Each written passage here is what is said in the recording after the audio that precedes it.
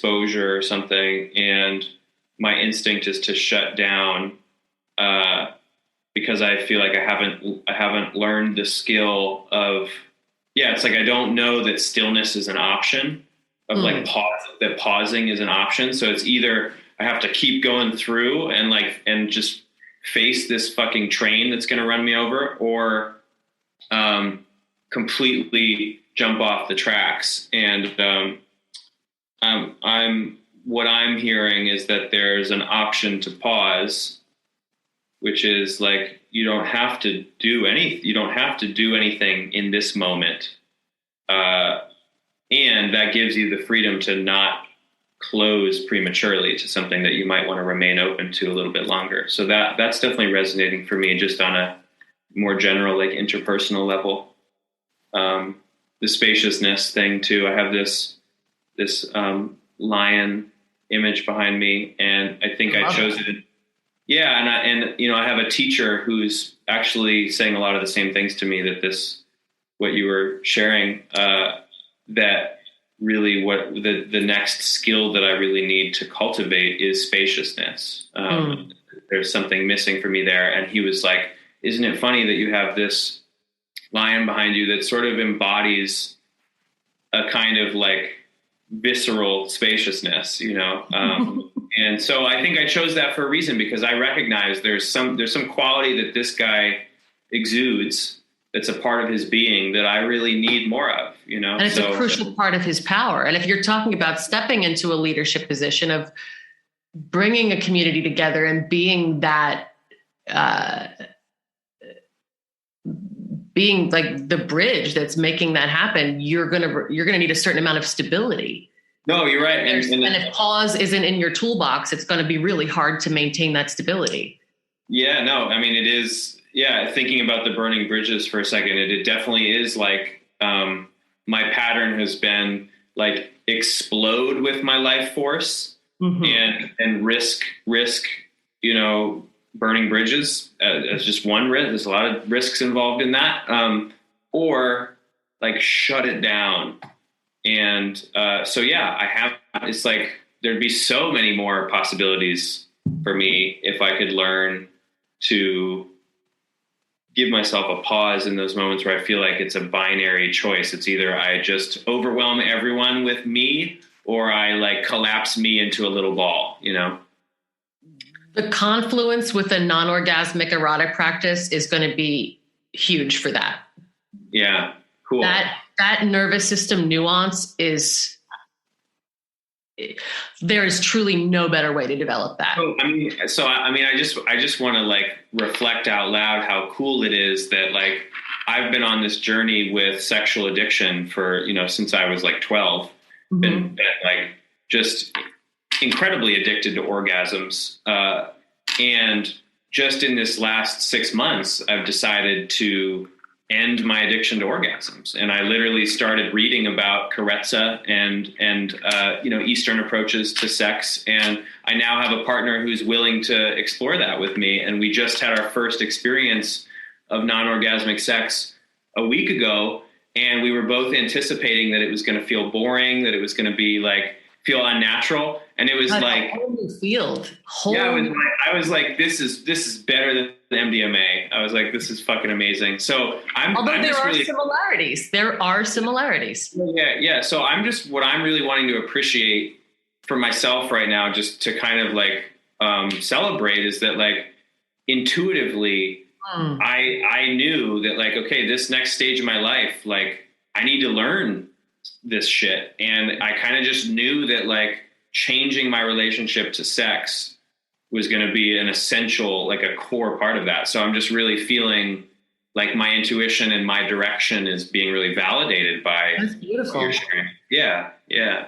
Because that is in a way, it's like burning the bridge inside and out. Yeah. When a lot of that life force starts to get squandered in, especially like masturbatory orgasms, it's hard to like get that life force back and be able to direct it in a way that's of greater benefit and of broader benefit. Yeah. when there's so much power there. Mm-hmm. There's so much power there. And it's so interesting that this is what you're getting, that there is like this sense of taking all that energy and being with it and feeling that feeling when you think you might crawl out of your skin. Yeah. Yeah. And like taking that to the edge of what you find bearable. Yeah. And just noticing, oh, this is almost unbearable, and like feeling your nervous system expand. We're like, okay, well, I thought that was unbearable, but now that I'm at the bottom of it, I'm realizing how buoyant I actually am. Yeah. Yeah. Like that actually wasn't unbearable. Uh-huh.